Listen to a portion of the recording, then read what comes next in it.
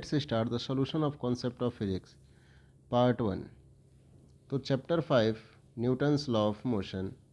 Question number 7 कह रहा है कि two blocks A and B of masses M A and M B respectively are kept in contact on a frictionless table. The experimenter pushes the block A from behind so that the blocks accelerate. If block A exerts a force F on the block B, what is the force exerted by the experimenter on A? तो देखो, सबसे पहले हम एक diagram बनाते हैं। Suppose ये एक ब्लॉक ए है और यहाँ पे एक और ब्लॉक रखा हुआ है बी। एक्सपेरिमेंटर जो है इधर से कोई फोर्स लगा रहा है, सपोज एफ। जब इसने फोर्स लगाया तो हुआ ये है कि ए एंड बी के बीच जो फोर्स लग रही है वो लग रही है कैपिटल एफ।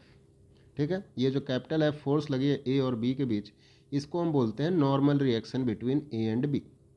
ठीक है, तो देखो, अगर मैं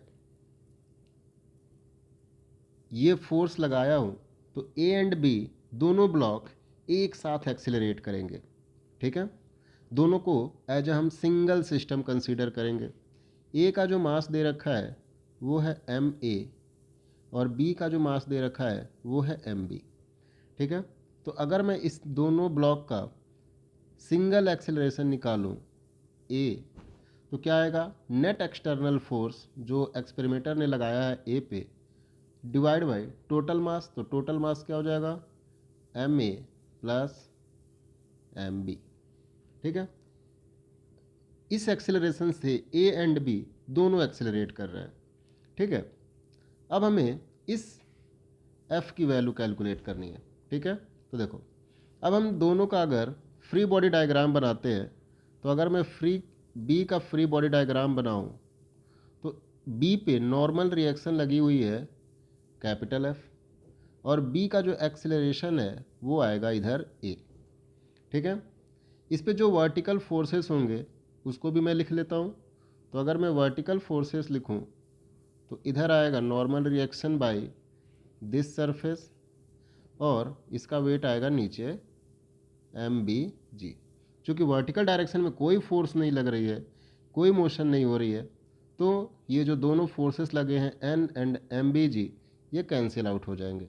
ठीक है, अब देखो, अगर डायरेक्शन हॉरिजॉन्टल डायरेक्शन में देखी जाए तो F इक्वल टू क्या हो जाएगा? मास times acceleration, Newton second law के अकॉर्डिंग। तो F इक्वल टू क्या हो जाएगा? एम बी इंटू एक्सीलरेशन हमने ऊपर निकाला हुआ है F divide by M A plus M B. यहाँ से हम F की वैल्यू कैलकुलेट कर सकते हैं। तो F इक्वल टू हो जाएगा F M A plus M B divide by M B. ठीक है, इसको थोड़ा सा और सिंप्लीफाई करते हैं तो F in bracket M A divide by M B plus M B divide by M B हो जाएगा, तो डैट इज इक्वल टू 1।